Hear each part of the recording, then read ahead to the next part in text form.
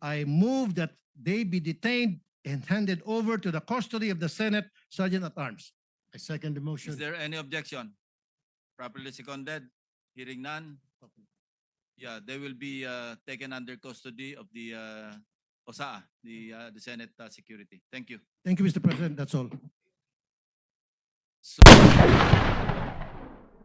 right now, you were saying na hindi mo ako kilala, hindi ka po. nagpunta sa aking Hindi tanggapan. rin po. Correct? Yes, Your Honor. So, lumalabas talaga na wala akong kinalaman kung ano man ang transaksyon niyo ni Bryce Hernandez. Am I correct?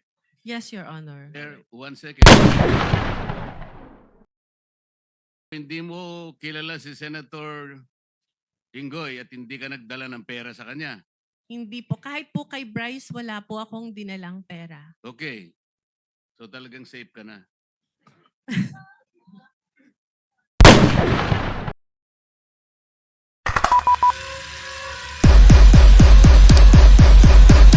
So we will extend up to 12:30. So Senator Jinggoy can reclaim his 3 minutes, last remaining 3 minutes. After that, we'll go on break and then we come back at 1 o'clock.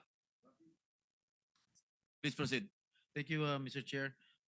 Madam Mina, sa message mo nung December 11, which was a Sunday, may sinasabi ng isang delivery. Tama po ba? Yes po. Ano ito? Para saan at para kanino? I meant by delivery po are the documents na hinihingi niya po for the processing po ng joint venture with the supposed contractor. Hindi pera ito.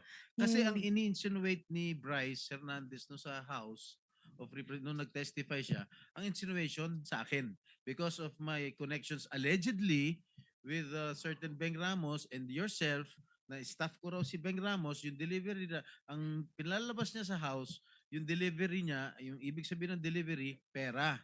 Na nag-deliver ka ng pera straight to my office. Yun Hindi ang, po yun ang ganun insinuation yung... niya eh.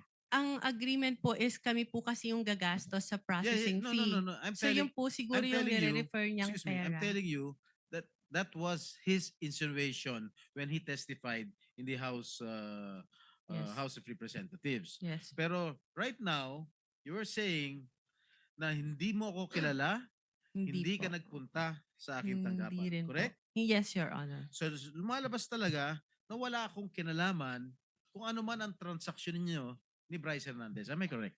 Yes, Your Honor. Sir, 1 second. 1 second. With the permission of Senator Estrada. Yes, please. So hindi mo kilala si Senator Jinggoy at hindi ka nagdala ng pera sa kanya. Hindi po. Kahit po kay Bryce, wala po akong dinalang pera. Okay. So talagang safe ka na. Please continue. Okay. Short statement. I hope you will not deduct it from my time. Oh, hindi. Kasi yung responses hindi kasama. Go ahead, please. Yes, Your Honor. Yes, I am Mina Jose, and I am appearing before this committee in my capacity, in my personal capacity, and as a representative of WJ Construction. I came before this committee with humility and respect to share the truth. First of all, I thank the committee through the leadership of our chairperson, Honorable Senator Panfilo Lacson, for giving me this opportunity to explain my side. Today, I wish to clear not only my name, but also the name of WJ Construction and those personalities who have been unfairly dragged in this controversy. I wish to clearly state first that to the best of my knowledge, Beng Ramos is not and have never been a staff of Senator Jinggoy Estrada or any senator or congressman. I have known her only as a staff of the Blue Ribbon Committee, particularly the Broom. And as far as I know, Beng is a dedicated government employee who has never been involved in any controversy, especially in this anomalous flood control projects that Ade Bryce mentioned in the congressional hearings. And as for myself, I speak from the depth of my heart that I have never engaged in any illegal activity. I have never given nor received any money from any public official or government employee, including this Mr. Bryce Hernandez. Thus, I strongly deny his accusations, the baseless and malicious accusations he threw against me and WJ Construction during the congressional hearing. WJ Construction, which my partner and I have devoted decades of honest work to build, has always stood on the strength of its good reputation. We have completed numerous private and government projects, no ghost projects, no substandards. Our clients can attest to the quality of the work and the integrity with which we conduct ourselves.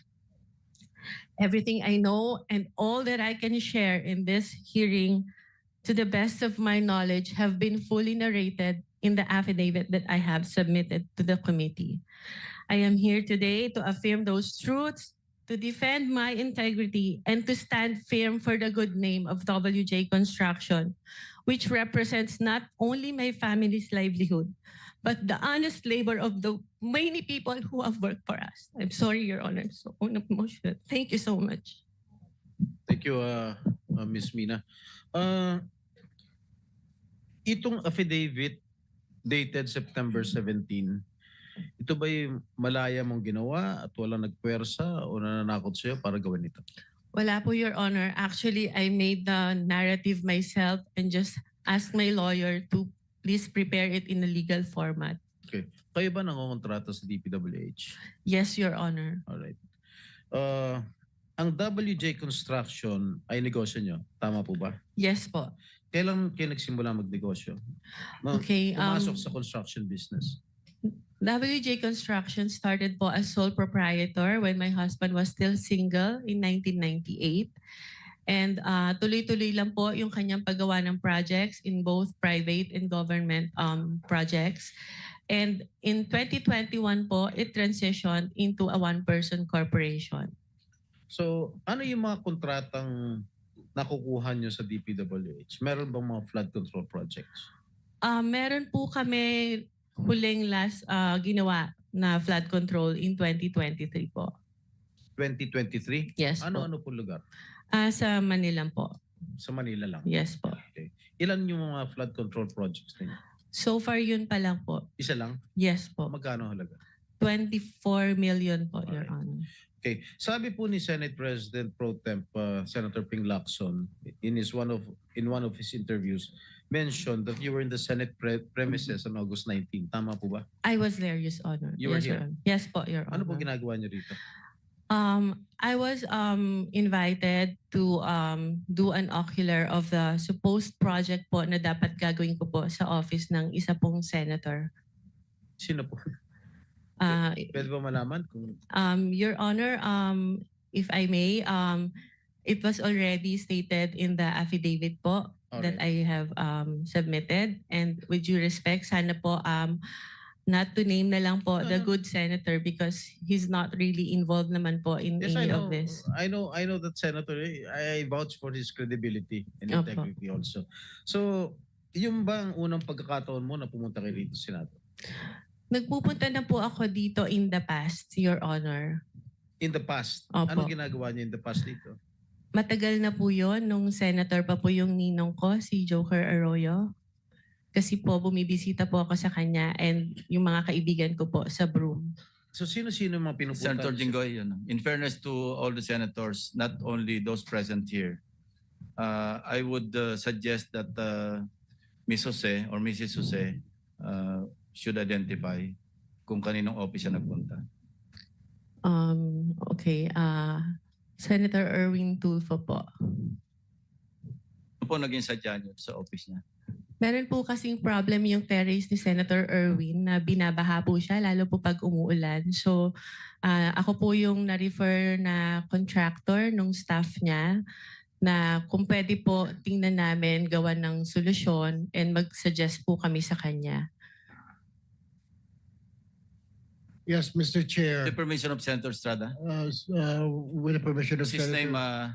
has been mentioned. I think we owe it to him. No? Mr. Chair, the only time that I learned of the Double J construction was through a staff of mine na recommended me this group to fix my veranda on the 5th floor, Mr. Chair. But when upon learning her name was mentioned by Engineer Bryce, we immediately requested to cancel all contracts with WJ, where I specifically ordered to terminate our office refurbishment project with WJ. And also, that was on September 9, Mr. Chair. And then on September 11, I issued another memo asking for an incident report to all concerned employees, specifically the friend of the Double J Construction, Mina Jose. And on September 18, I passed an internal policy for gate pass and visitors pass requests na wala po muna kami natanggapin ng mga bisita because of that. Mr. Chair, this representation is willing to submit all the documents. The memo stated dated September 9, memo September 11, memo September 18, and of course the drawing submitted by Ms. Mina Jose for the refurbishment of my veranda on the 5th floor. Also, some contracts we're willing to submit for in this committee, Mr. Chair. Thank you. Mrs. Jose, meron pong sinabit sa aming opisina yung Director General, CCTV footage. So gusto ko lang malaman din para sa kaalaman ng lahat. Bukod sa opisina ni Senator Erwin Tulfo, saan po pa kayo nagpunta? Meron pa po akong pinuntahang office. At sabi ko nga po, may mga kaibigan po ako sa Broome na tinext ko na papunta ako ng Senate and I want to see them. Can we flash on the screen yung footage, yung CCTV? Linawin mo yung broom. Ano yung broom? It's the Blue Ribbon Oversight Yes, Office hindi alam- Management, hindi alam Your ng Honor. public. Masusundan na lang natin ito, no? Ano sa 3rd floor na ba ito? Doon muna sa ground floor. August 19. Yeah. August 19, correct.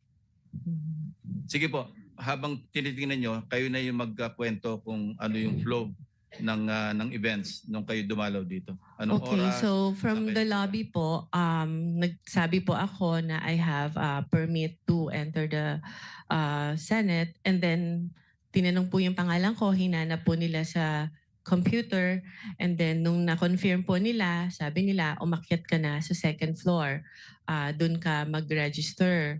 So pag akyat po, nakikita nyo po, meron pong separate na bag and body scanner where yung mga guests po dapat mag-pass through muna doon. After po noon, pupunta po sa logbook area, ilalag nyo po yung pangalan nyo, yung phone number nyo, taga saan kayo, and kung saang office kayo pupunta. And hitingnan po kami ng ID to verify kung kami po talaga yung nasa list. And that's what I did, Your Honors. Ito po, yan na yung pumunta kayo sa Broome, di ba? Yes Sige, po. sige, tuloy nyo lang. Yeah, so dahil nga po nakita ko na yung elevator is cramped and dalawa lang po yung para sa mga senators, isa lang po yung sa guests, and natatakot ako na pumasok sa cramped elevator because I don't have my mask. I took the stairs po. And dumaan po ako kay Beng. Inuna ko po muna siya dahil sa totoo lang po, nakiusap po ako sa kanyang mag-prepare or mag-print ng sample proposal na i-attempt ko po sanang i-present kay Senator Erwin. So dumaan po ako doon briefly. Nagpicture pa nga po kami, and I texted my other friend sa Broome who was at that time in the session hall to tell her na, hey, nandito na ako.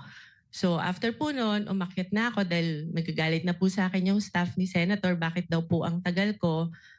Sandali lang daw po si Senator para explain sa akin kung ano yung gusto niyang gawin.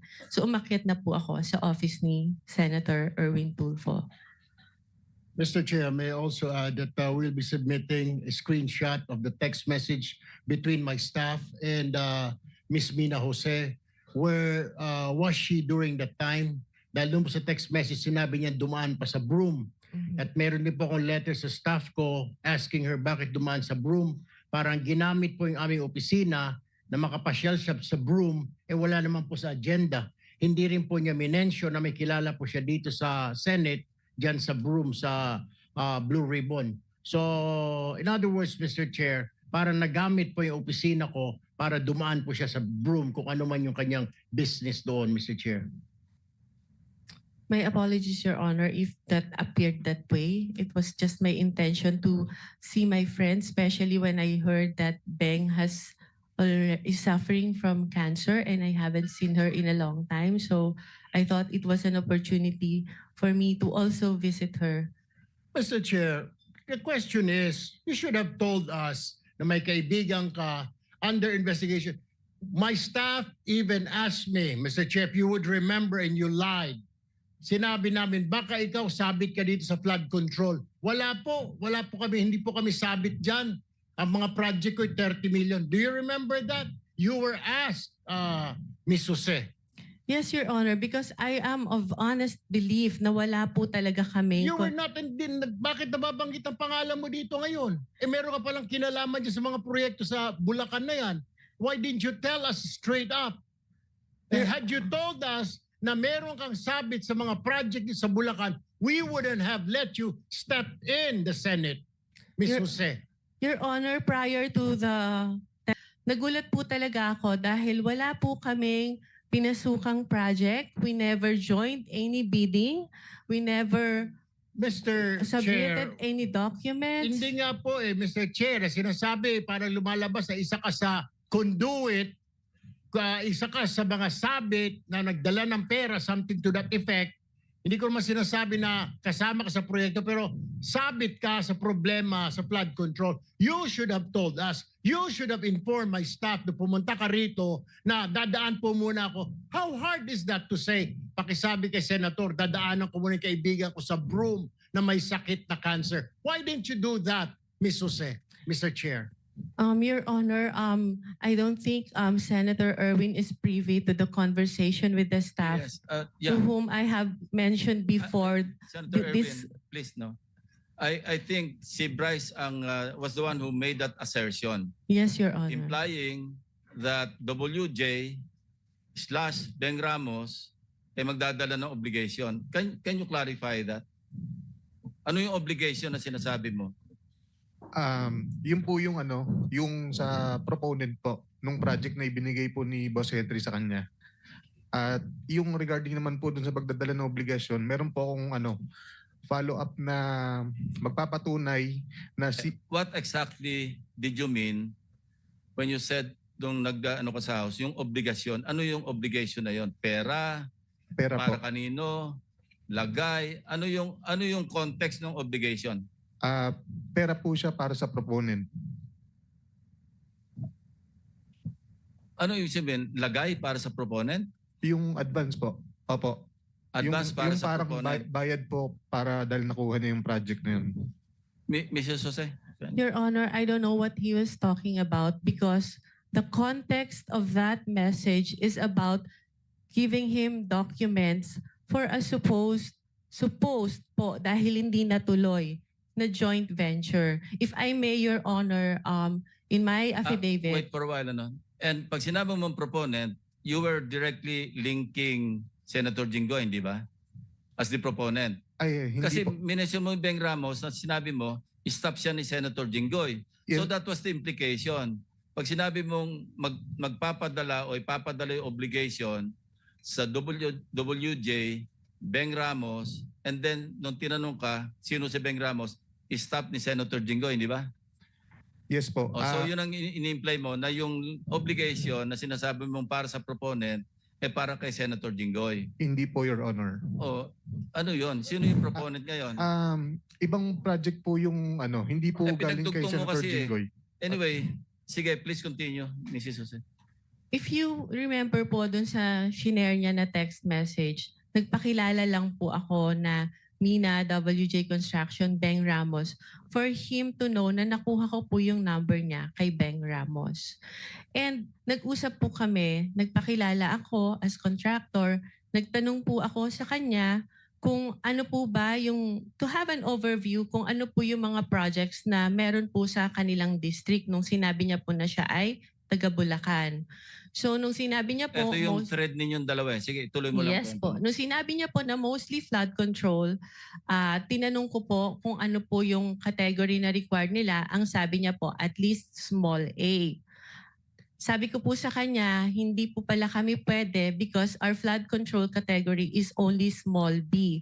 So baka hindi na po kami tumuloy. And he suggested po na pwede pa rin naman through a joint venture agreement, which is naman po normal na kalakaran sa construction sa DPWH na if you want to participate in a project na hindi ka qualify, you can do a joint venture with a license na qualified po doon. So our agreement was that, but sa kanya po, bibigyan kita, ipapakilala kita dun sa contractor na qualified, but all the expenses, sabi niya, for the processing of the joint license agreement will be for your account. So ako naman po nag-agree, no? And yun po yung conversation namin. Nasabi ko, sige, ipapadeliver ko dyan yung mga document through my staff. And I have to know pa po kung sino yung taong kausap ko. Kaya medyo ano pa rin po ako medyo cautious pa rin po ako. I want my staff to go there para makilala po siya at kung sino yung contractor na sinasabi niya. Mr. Chair, may Mr. Chair? I interject? Mr. Chair, Yes, Senator with the Marcoleta. permission of Senator Bryce, nung nag-testify ka sa House, matibay yung salita mo na si Miss, ano pangalan? Mina po. Mina, ay magdadala ng pera sa proponent. At ang binanggit mo sa House, si Senator Jinggoy. Di ba? Sa House. Your Honor, nakalink lang po na ang pakilala kay kay Ma'am Mina and Ma'am Beng is staff po ni Sen Jinggoy, pero hindi po specifically sinabi ko na yung proponent is para po kay Senator Jinggoy. Ayun, malinaw ngayon, ina-attribute mo lang bale kay Senator Jinggoy dahil stop niya si Beng, tama? Hindi po. Ibang projects po yung sinasabi ko na nakatag po kay Senator Jinggoy. Hindi po yung specifically noong 2022. O iba na naman ang sinasabi mo. Ito munang isa-isa lang. Nag-iiba ka na naman ng ng salita. Excuse Sa me, House, with Senator Marcoleta, with the indulgence of the other members, we are suspending the one follow-up question because of the sensitivity of this issue. Okay. We want to resolve this and get to the bottom of this. So, with your indulgence, baka pwedeng suspend natin yung one follow-up question. Mag-freewheeling muna tayo. Sandali. No? Thank you. Thank you, Mr. Chair. So, pero malinaw, merong magdadala, sinabi mo. Ang magdadala si Miss Mina, tama? It's either Miss Mina or Beng Ramos po. Pero merong dadalhin, di ba? Yes po. Malinaw na malinaw yon. Walang Opo. problema doon. Wala pong problema Ngayon, doon. sinabi mo na hindi naman pala si Senator Jinggoy. Specifically, hindi po si Senator Okay, Jinggoy. kanino kaya yon? Proponent lang po ang sinabi sa akin ni boss. Sino nga? Sino yung proponent? Wala, naka-blind po ako doon kung sino pong proponent po. Blind siya kung sino ang proponent, pero nung nag-testify ka sa House, tahasan sinabi mo, ako at si Senator Joel Villanueva ang pinangalanan mo. At Opo, sinabi mo rito, sabi ni Congressman Ridon, sorry, excuse me, before proceeding, can we state for the record again who is Beng Ramos? Ang sagot mo, she is the staff of Senator Jingo Estrada po. Staff, sagot ni Ridon, staff of Senator Beng Ramos is a staff of Senator Jingo Estrada. Ang sagot po, yes po, Your Honor. Oh. Hindi ko siya naging staff kahit kailan, simula nung pumasok ako sa Senado noong 2004 up to the present. Hindi ko naging staff si Beng Ramos. How did you come to that conclusion na naging staff si Beng Ramos? Your Honor, si Boss Henry po ang nagpakilala sa akin. No. You answer my question directly. How did you come into that conclusion na staff ko si Beng Ramos? Si Boss Henry po nagsabi sa akin na staff niya daw po si Beng Ramos. Paano malalaman ni Alcantara yan? Mr. Alcantara, can you confirm his statement? Respectful din na, Your Honor. Hindi ko nga po kilala itong yung pangalan ito, Mina. At yung Beng Ramos po, alam ko po, Nung nagtatanong nga po ako, sila po magkakilala niya, taga Santa Maria po yan eh. Hindi ko naman po personally kilala po yan eh. So, Every time na lang po sa akin lagi yung turo niya. magkababayan kayo ni Beng Ramos. Ngayon ko lang din po nalaman, Your Honor. Alright. Meron ka pa sinabi, this was the, sa house ha, this was the time na meron pang project na binigay si Boss Henry Alcantara kay Miss Beng Ramos through Miss Mina of WJ Construction. So, yun po yung ginamit na license or contractor at nandyan po yung pag-uusap kung kailan pa po magdi-deliver ng obligasyon dahil kailangan po ni Boss Henry. Okay?